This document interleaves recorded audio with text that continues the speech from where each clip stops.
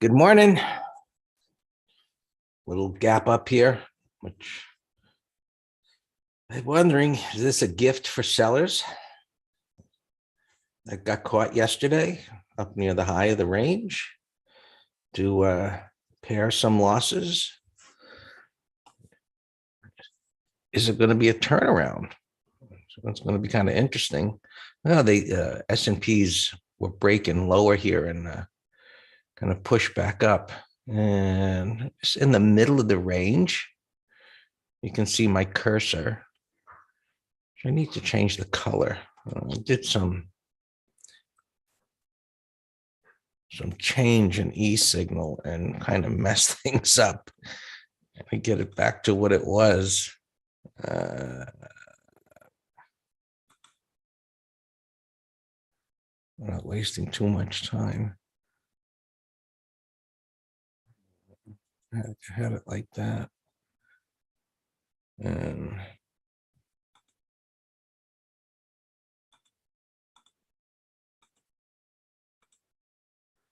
wouldn't mess that up. All right. Oh, geez. Okay. The background got messed up here. Let's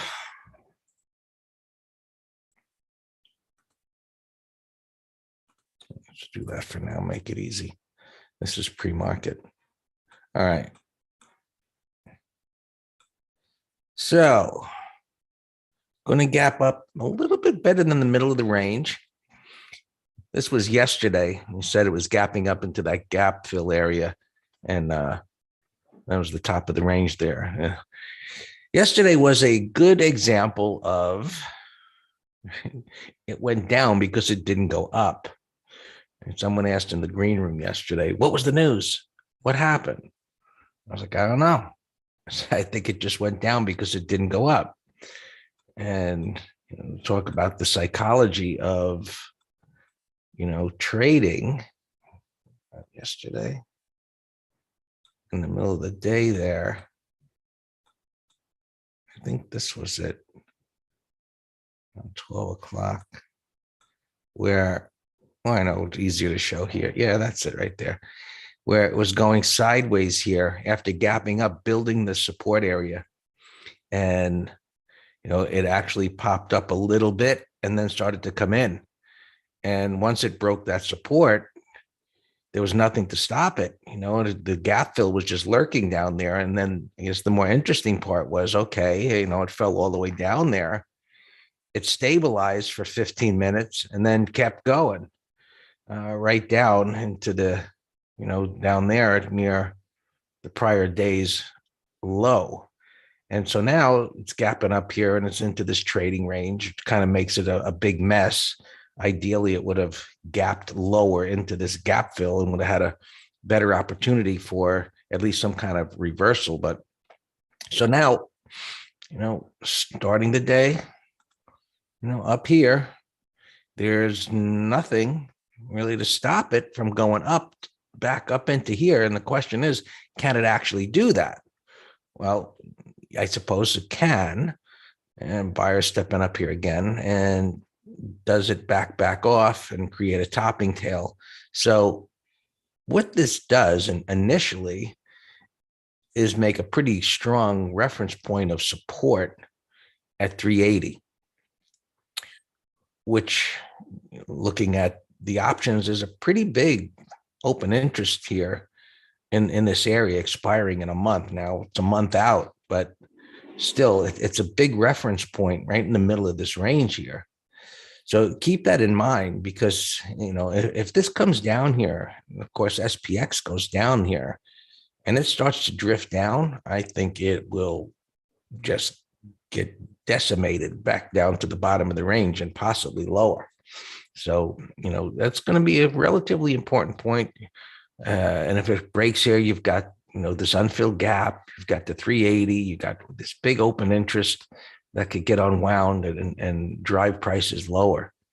So that's why I titled, is this gap up a seller's gift to get out, versus thinking, hey, everything's okay and it's going to go up. So we know anything's possible. But after yesterday's reversal and continued selling after the open, it's kind of a gift to take it higher, and failing. If I was stuck in there, I wouldn't be looking the gift horse in the mouth. I'd be getting out and reevaluating and seeing if it hold on to the gain if you were on a long side. And if it can, you could always get back in. So no reason to hang around and take the chance of getting caught in another downdraft. All right. So futures. You can see what's going on, back and forth there. And, basically in the middle of the range. We'll see which way it goes. And it'll go down, sideways. Why did it go up? Because it didn't go down. Just imagine you're short and it's hanging here.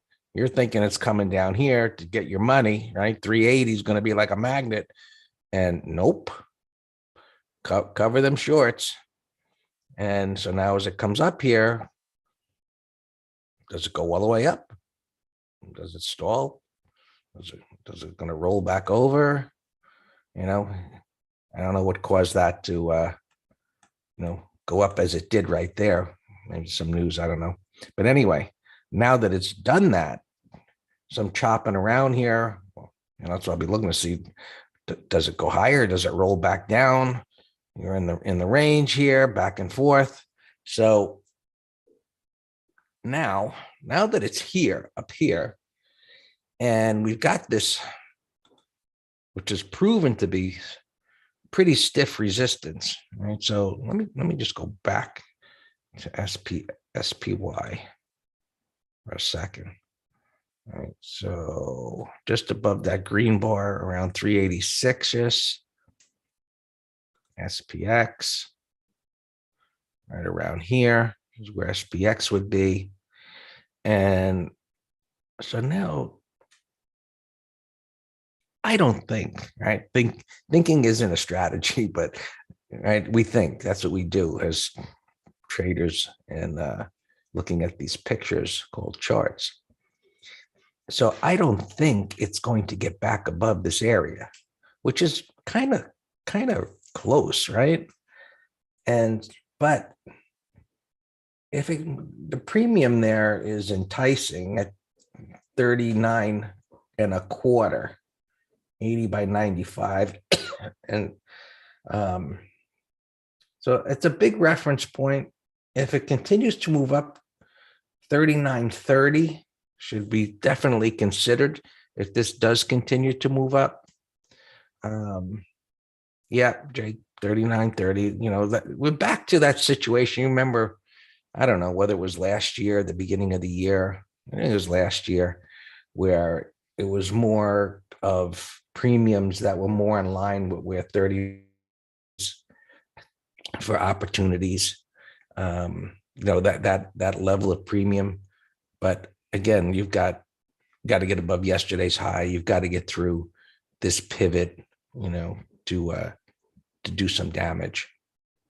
And then down below here, this is where the real fun begins, which I guess may not happen today, just considering the fact that it's gapping up here. Will it come all the way back down?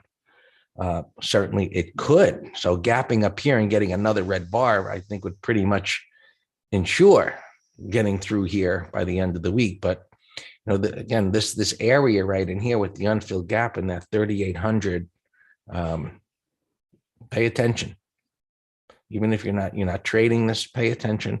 Set an alert at that 3,800 and see if it's down there at whenever this week.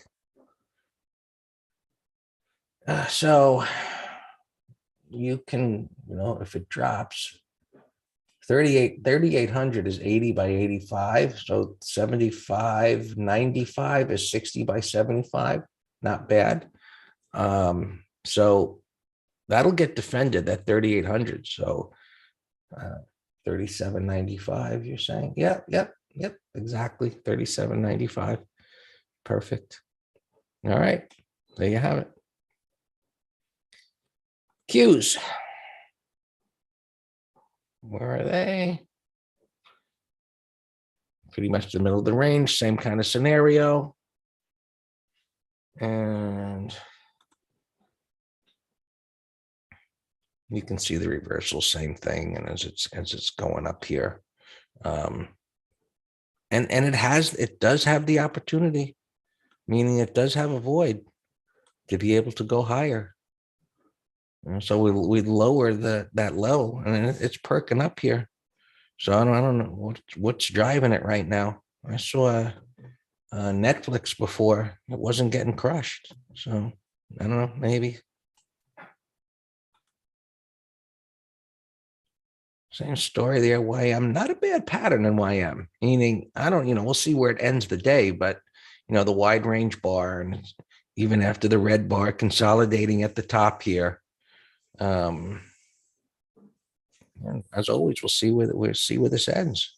But if it ends like that, it's looking well, a little more on the bullish side than neutral, but neutral.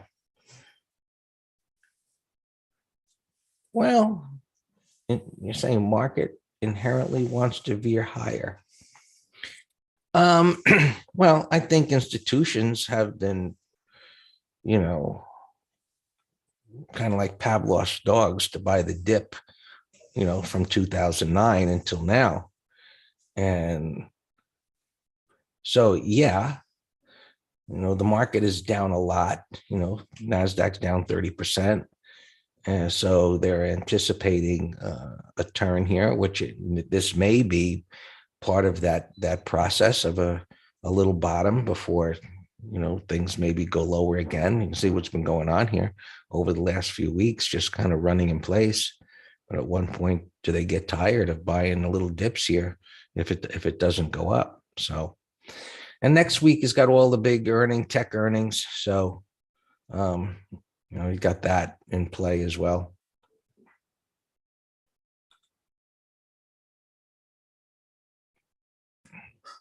So just kind of a mess here, maybe a head and shoulders top, I don't know. But interest rates,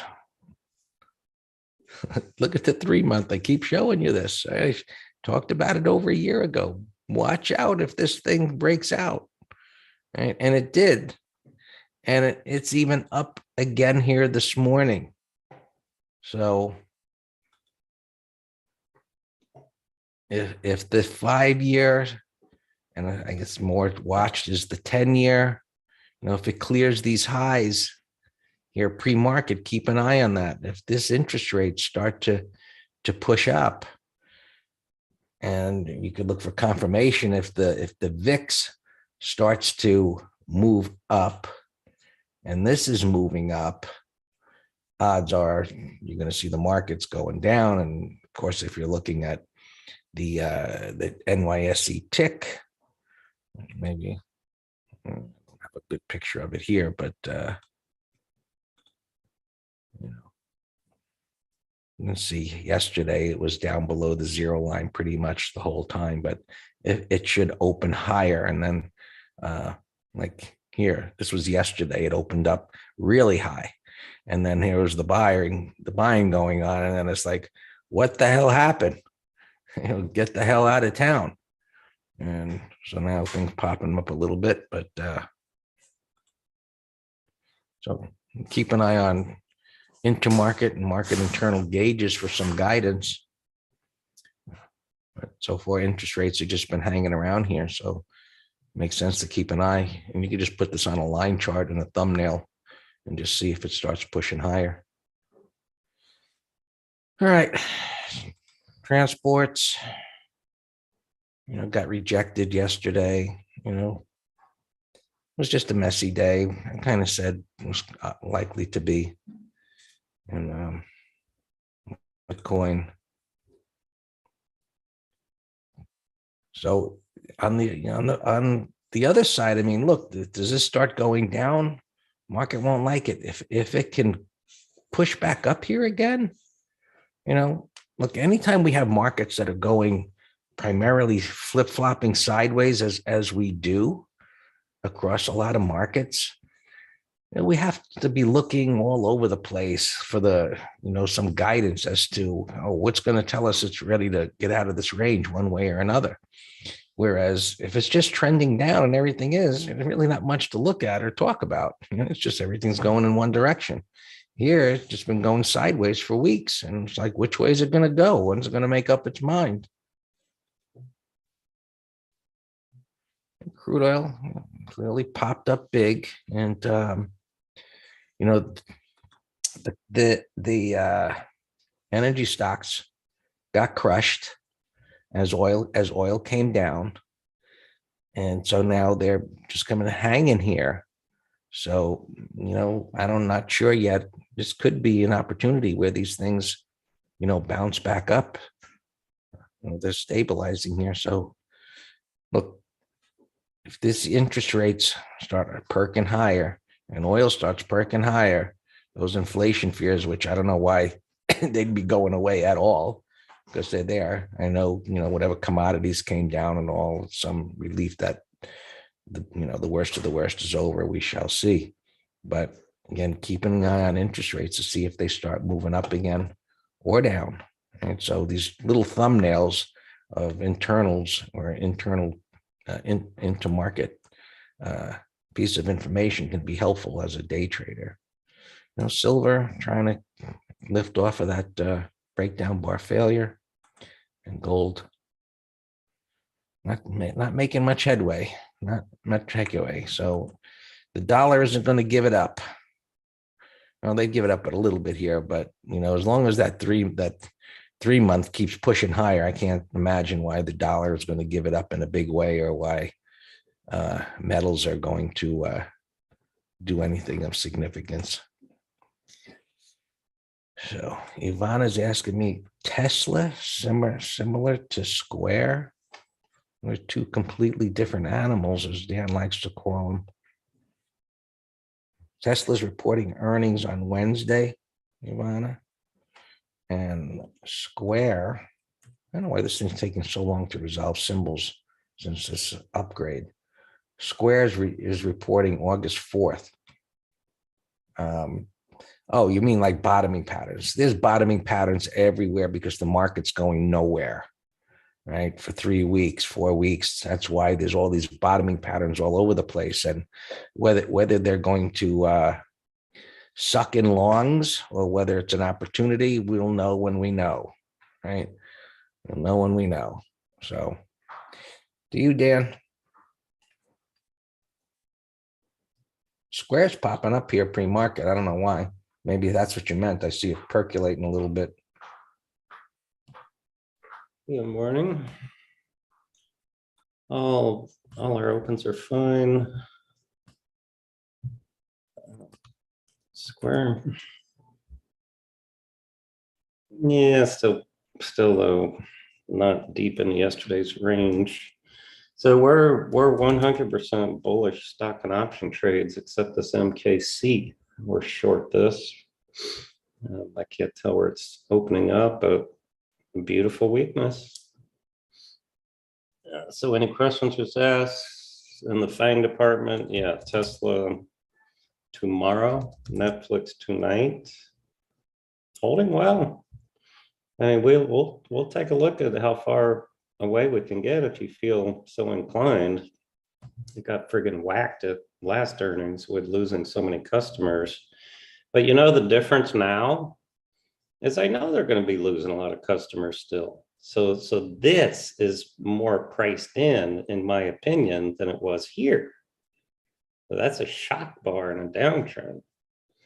This has been going sideways for 3 months. So I'm not saying it won't get down on earnings, but if we can do the $50 lower, the 140s, I might do that into the close. We'll look at it. Let's just go to my big list over here, earnings and other things that I just wrote down here. AMC, it's big bottoming pattern above the 20 and 50. Started with this igniting bar and a little gap reversal there, and that's still moving up. Etsy, been watching for a couple of weeks, another potential bottoming pattern, $300, stabilizing here above the 2050. I guess a little Hunst here. This is my girl, Jessica Alba. Horrible IPO. I don't know what got it perking here to 4 this morning, but we'll come back to it. APLS, big gap breakout, but gap's too big for me. STT, we shorted way out of the money puts yesterday, but we're going to keep an eye on it for a directional. Uber settled some issues with paying fines, another bottoming pattern, put spread idea. Apple, another bad news for the economy, saying they're hiring freeze through the end of the year. So we got a lot of these big tech companies saying that they're chilling out here, slowing economy. Another bottoming pattern here we found, Air C. I see one print here at 43. We'll come back to you. Housing numbers came out at 8:30, and they were worse than expected, and we're gapping up. And we had a big move off the low. So that's telling me a lot of the bad news is priced in. LPX 62, big gap breakout here. We'll come back. Tesla, Netflix, we talked about. Coin, another bottoming pattern here. Gapping up, so that's a put spread watch. With a lot of hotels moved yesterday. These beat up cruise ships, still an ugly downtrend on the weekly, monthly, but you know, we're traders. Let's see if they set up. NCR gapping up. I think some buyout rumors. You know, wheat and corn commodities got beat up here, back to the breakout area, double bottoms. Corn, sloppy double bottom. I don't know what's going on here. WFG, gapping at 103, gap's too big. Carvana, I think there was an article in the journal today saying that the higher interest rates are hurting them. But it's, when we trade bottoming patterns, we say that we want a something something bar. Otherwise, I don't know if this is a consolidation in a downtrend or if it's a bottom. I don't know, but I think it's worth watching. LMT earnings, bottom right. I posted this as a potential put spread, what we call a gap and snap. Look, it's down 1, 2, 3, 4, 5, 6 bars on volume. Now it's gapping down. It was gapping down $20, recovering here a little bit, but that's a put spread watch for me. IBM, this is not a bullish pattern at all, because it's more of a shock breakdown, but it's a pattern of, let's see what happens in the first 30 minutes. It's earnings, so if it acts well, we'll consider a 3 DTE put spread. So MKC, that's our one short. Stim 440, gap breakout, big old bottoming pattern on the weekly. I mean, this could go to $6 or $7, I don't know. So let's watch it. I'm gonna put that in a window.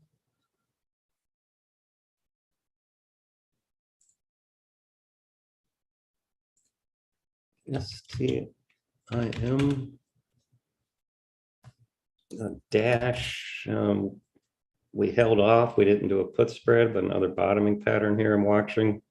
For some reason, the puts are really juicy, so I favor more of shorting puts than buying stock. ANET here was gapping up to 104 coming in. We'll come back. SI bottoming pattern, gapping. Wow, gapping up $7. Wow. All right, we'll come back to you. That could be a put spread, McGraw. Show, I think it shows a hotel. Gapping up, no pattern though.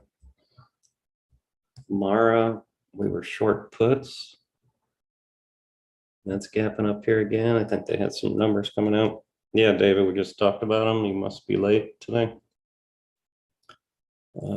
Hut, we entered yesterday. Some of the Bitcoin stocks were perking. FBT, I think at earnings, light volume, no interest. ELS. All right, so this is an ascending triangle or small symmetrical triangle. If it can get over yesterday's high, then I think it can go to 76, 77. So I'm gonna set an alarm at 73, 75.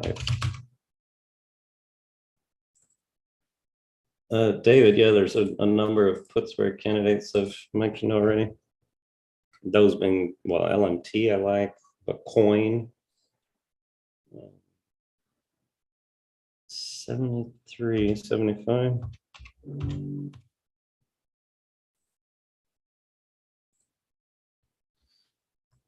Earnings here, SBNY, bearish gap down, but the support will come back.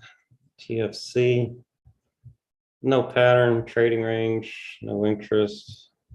Hasbro, actual relative weakness and a downtrend. We have the monthly here breaking down. Monthly looks lower too.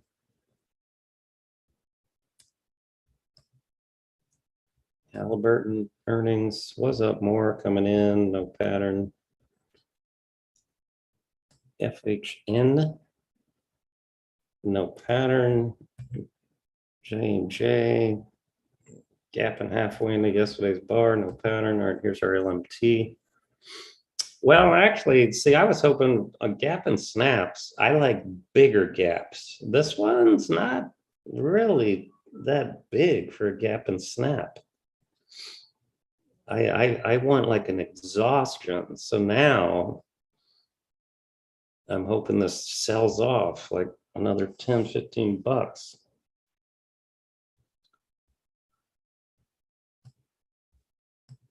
That's Sunil. How do we identify supply and demand by looking at which we buy or sell the price? Not sure I follow that. How did your long survive the big downdraft yesterday? Well, we took profits on a bunch of things. Tick 1500. We took profits, we managed some new ones we entered in the morning, closed against our entry, but they're fine because the patterns are fine. Let me give you two examples. Affirm. So see, gap breakout on Affirm, daily, weekly. Today's Tuesday. Our stops under